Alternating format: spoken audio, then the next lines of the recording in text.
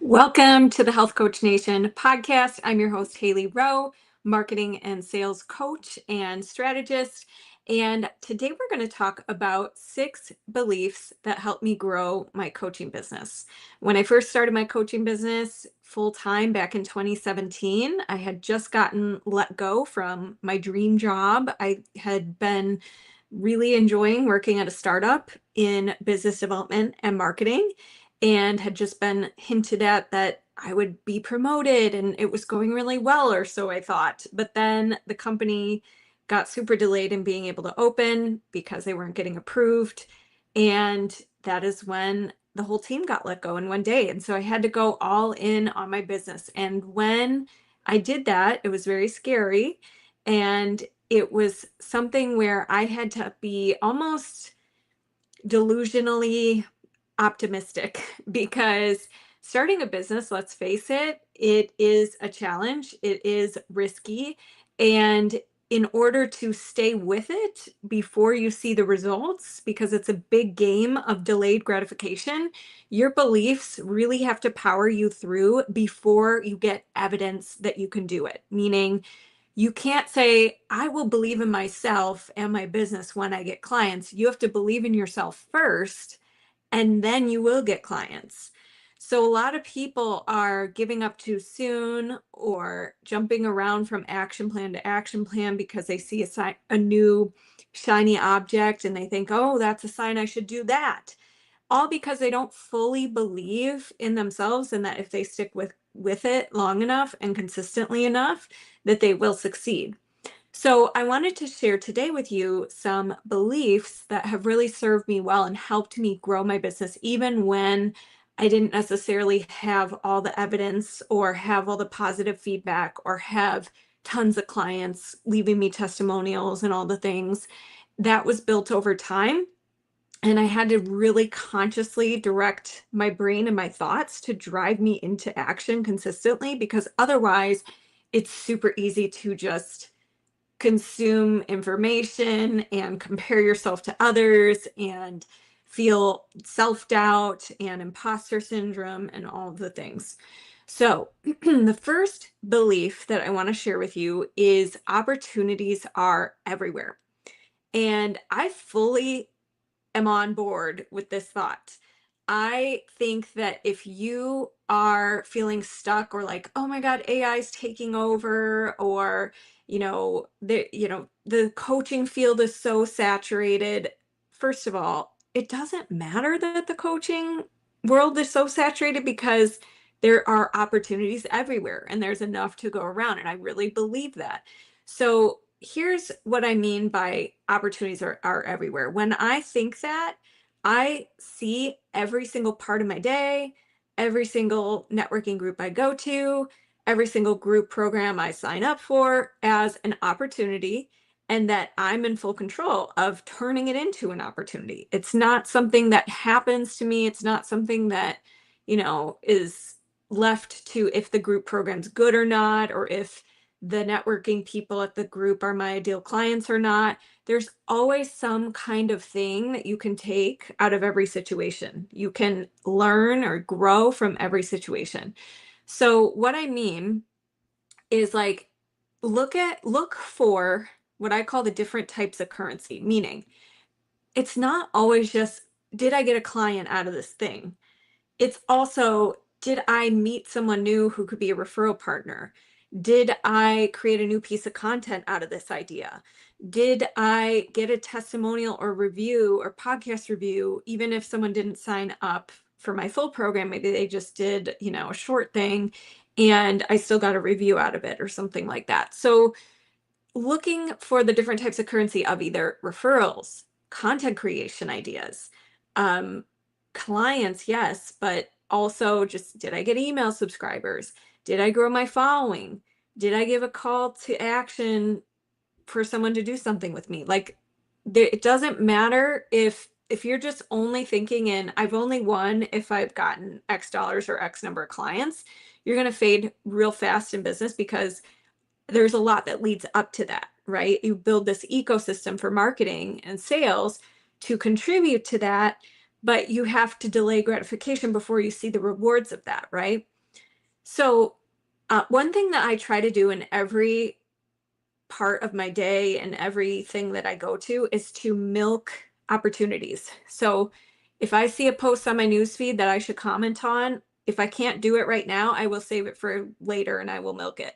If I am a speaker at a guest training opportunity and there were other collab partners, I'll reach out to the other collab partners to see if they want to do our own collabs in addition to the thing we were all a part of, right? Maybe they want to do separate collabs with me. So you just keep your eyes and ears open to opportunities and brainstorm ideas to milk anything that you're going into. If I'm writing an email to somebody and I am answering some kind of question, but then there's also an opportunity to see if there's something else there. Maybe we can connect each other with people, or maybe there's a great networking group they know of, or something like that. I might ask.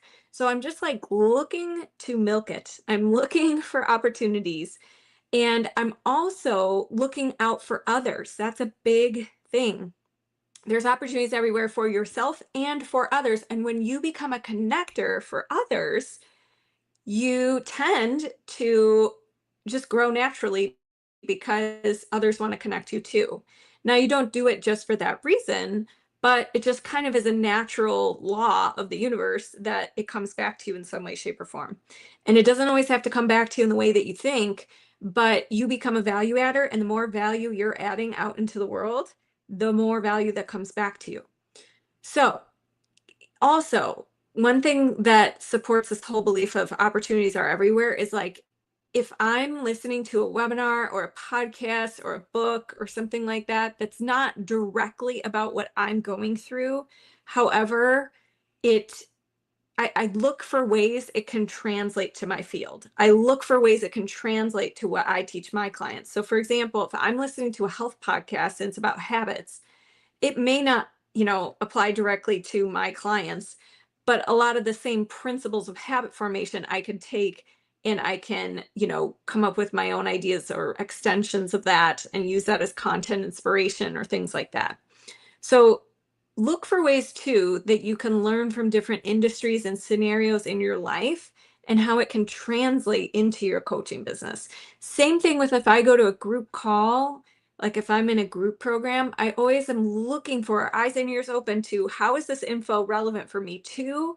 What will I take from this? What is this trying to tell me? Maybe I'm not at that same stage as that other person on this call, or maybe they're more beginner level than me, but here is what I can here's the reminder that was there for me, or here's the gold that I can extract from that.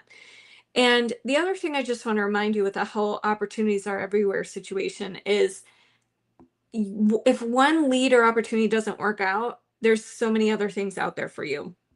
And don't think that because you blew one thing or because you missed something, that there's never going to be another chance for you. And the last thing I'll say on this before I move on is that if you think the coaching world is saturated, just go to the airport or go to a hotel or go to the mall, and just, if you were to ask everybody at that place, how many of you are coaches for insert your niche in what you do? I bet you there's not going to be a lot there. Maybe there's a couple, but it's really not that common. And chances are the people who know you and who come across you first, they will want to work with you because they like your story, or they just found you first and they don't know any other coaches. Or even if they do, they might still choose you because you stand out, your story stands out, your brand, your follow up, whatever it may be.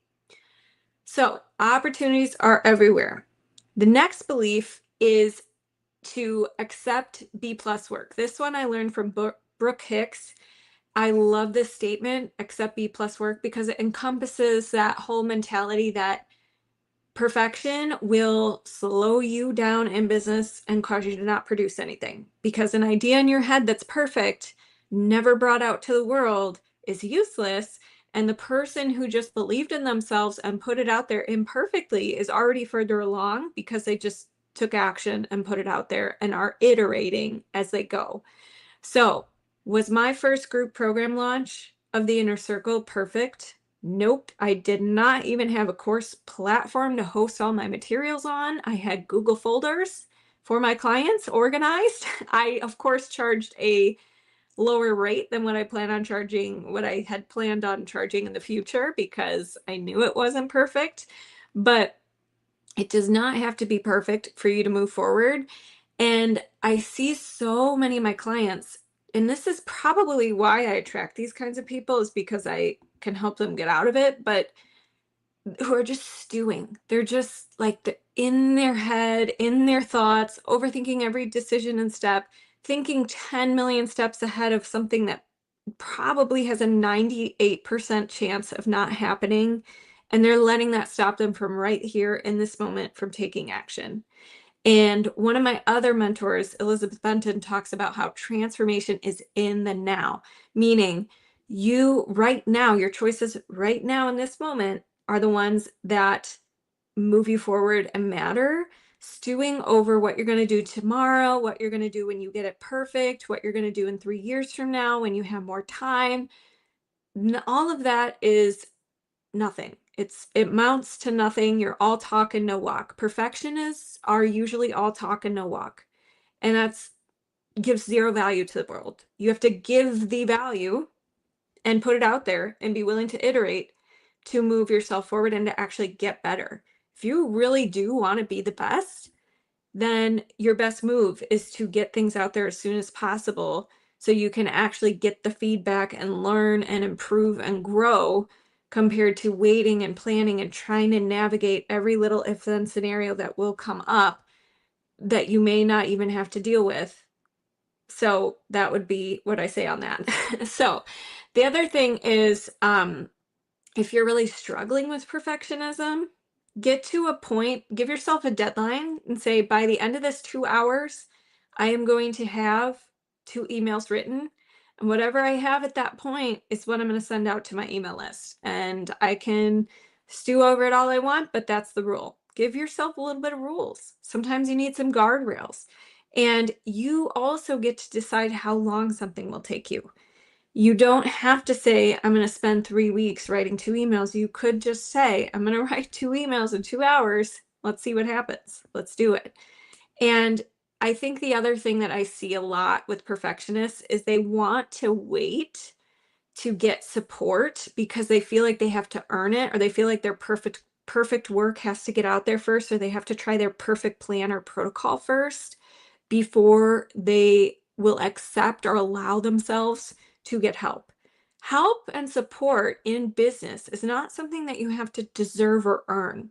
It's something that will help you move further along faster.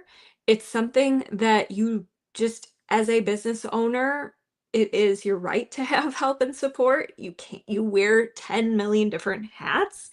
So don't wait. Like, so for example, I have some people who said, "Oh, I want to join the inner circle, but I feel like I should have some stumbles on my own first. Like I should try more things on my own first and really stumble to know if I need the help or not." And I'm like, you're going to stumble in life and business no matter what. It's just, do you want to strategically be in a better position to navigate those stumbles, minimize the stumbles, have them hurt less, maybe not even have to go through them because I help you avoid certain very expensive mistakes sometimes, especially when my clients come to me with softwares they don't need or steps they didn't have to take yet and they could have done something way lower hanging fruit and easier to book their first client. So basically where I'm going with that is if you're like, oh, I need to earn it, or I need to fall flat on my face and hit rock bottom before I reach out to a coach for help. I don't know about that. I don't know about that. Question that. Why do I think that's true? Why do I think I'm not deserving of support? What would someone who's further along than me tell me? Right? What would I do if I was my own best friend?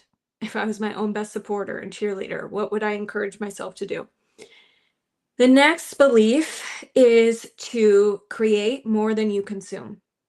So, what I mean by that is we, as business owners and coaches, probably absolutely love consuming information. If you did a certification program, you were probably so all up in it, learning your curriculum, you were peer coaching, you were consuming all the tools they give you, you're practicing with those tools, you love those tools, you're buying all the templates out there to help you with, you know, your coaching program, whatever it may be, but you're not ever creating offers, you're not ever creating content, you're not ever creating connections for people, you're not creating workshop opportunities for yourself, you're not creating actual opportunities for you to book clients. So, one thing we have to do is we have to create more than we consume.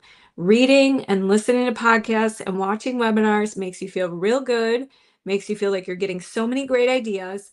But if it amounts to no action or it keeps you out of action with your limited time, if you only have a certain amount of time each day and you're spending all of it consuming information, you're going to stay stagnant. So, what if for every post you consumed or every podcast you listened to or every book you were reading, you had to go make something out of it or use it before consuming something else? What would that look like for you?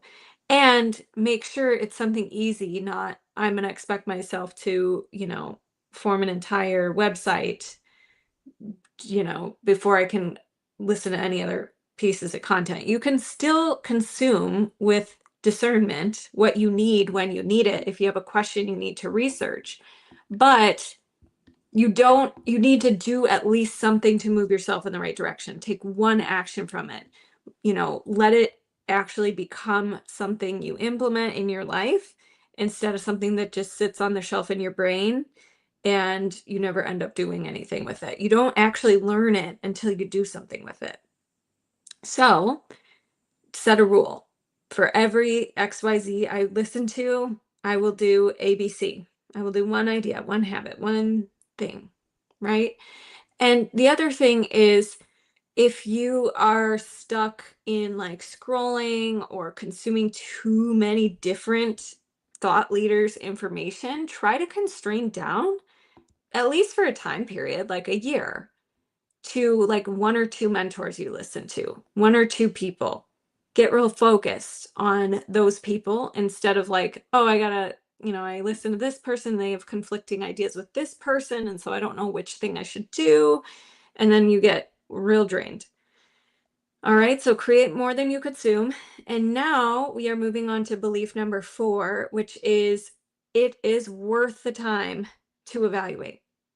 So for the longest time in my business, I was just moving so fast that I never took the time to actually look at what's working, what's not working. How am I doing? Do I have any wins to report? Like paying attention to actually how much you actually are moving forward compared to if you don't take the time to evaluate, you tend to just kind of blindly say yes to things. And then it all just becomes this big pile of like, what's actually happening with all of this? And you get overwhelmed.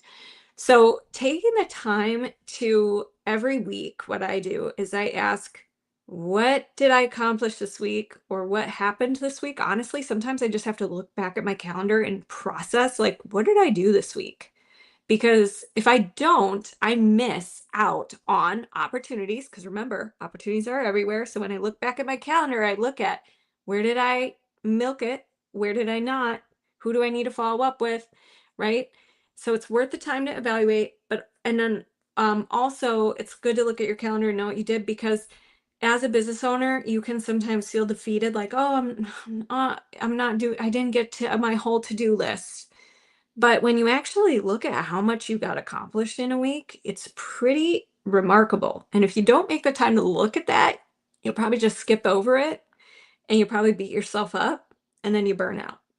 So look at what your wins are, look at the progress you made, look at what you did this week, look at what do you want to improve for the next week, what do you want to level up, and try to get specific. Don't just say, oh, I need to do more posting. Well, why? What does that look like? How many posts? Where were you maybe missing the mark on your post this week? You could even take life categories and do the questions.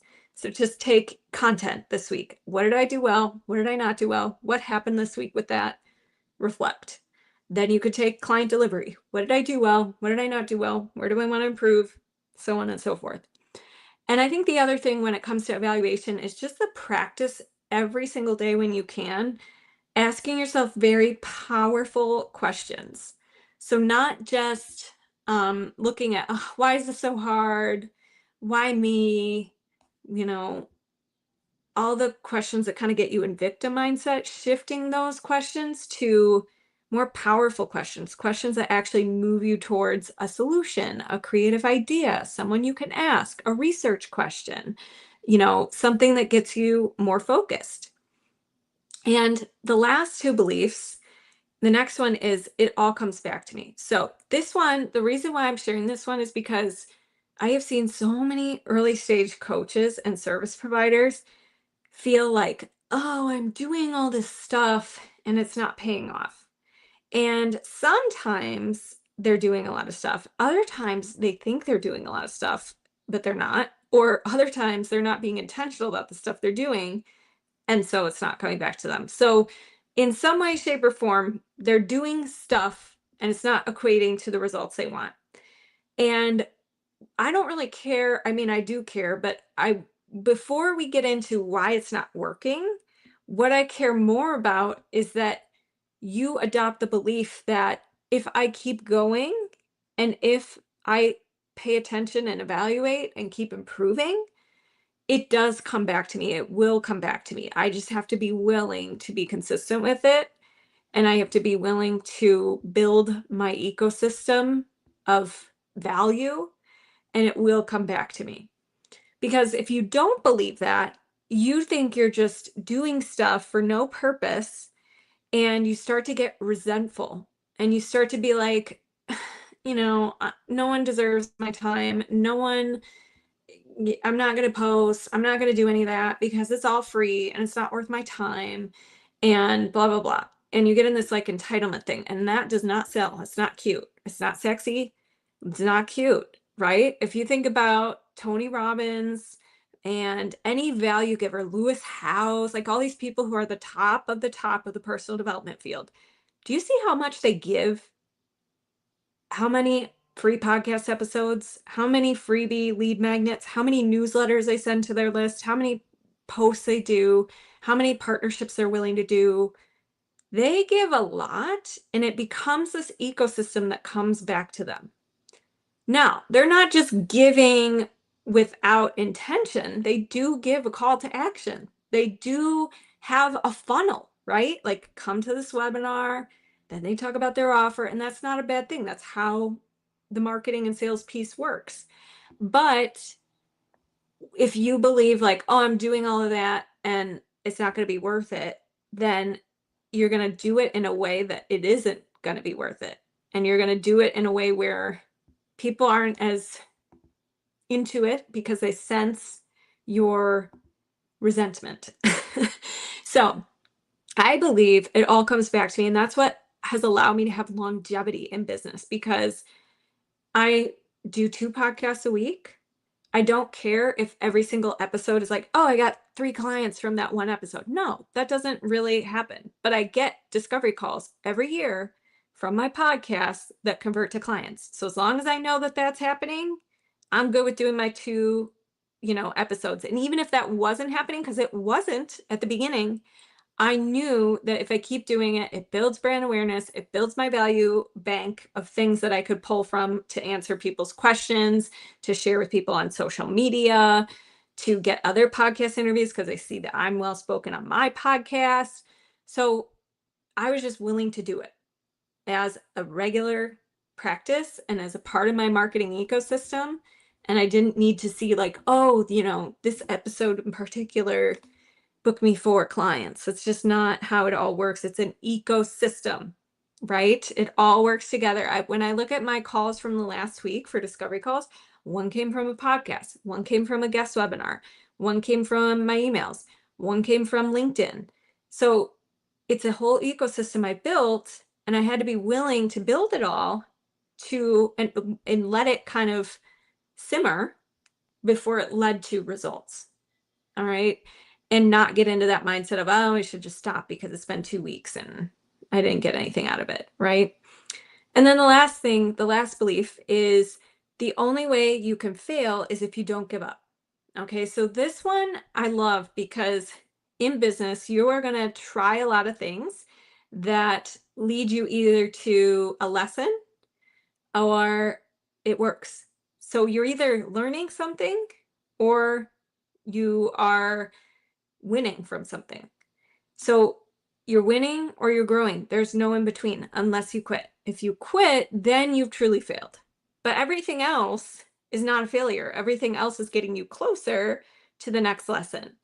And one thing that's really important to understand in business is it's not something where all of your boxes are checked all the time in every area of your life. Meaning it's kind of a balance, it's kind of like a bar chart. Like sometimes you're taking care of your health and your business is down here and your business is up here and your health is here, and it doesn't mean that you failed if not all your bars are equal and fully charged all the time.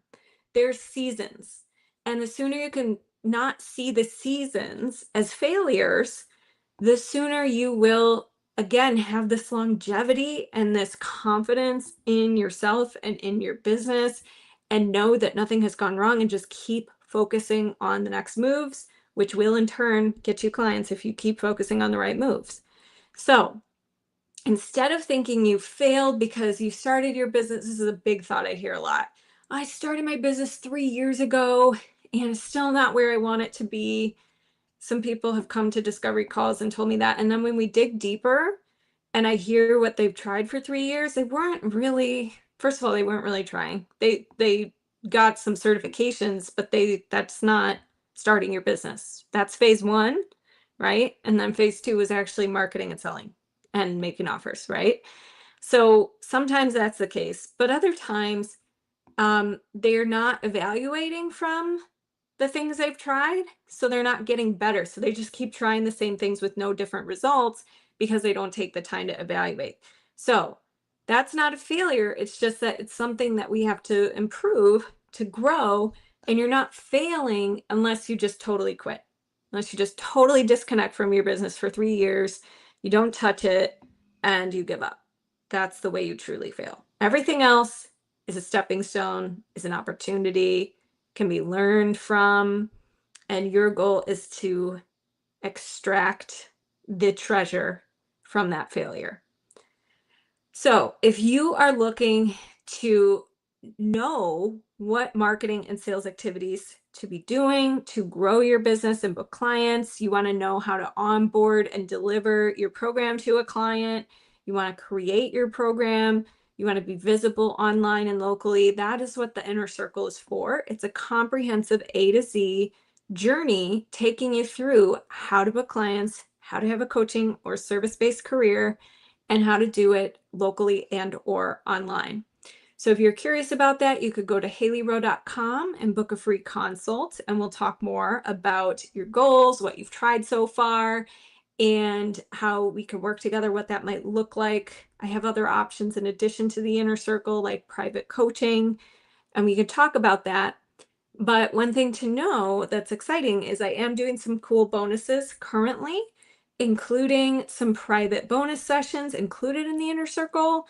I'm also incorporating my new Collabs to Cash blueprint, which is going to teach you the 7-step system to have profitable collaborations and partnerships and market in what I call the fun way. So you can go to haleyrowe.com to learn more about all those bonuses, and I will talk to you guys soon. Have a great day.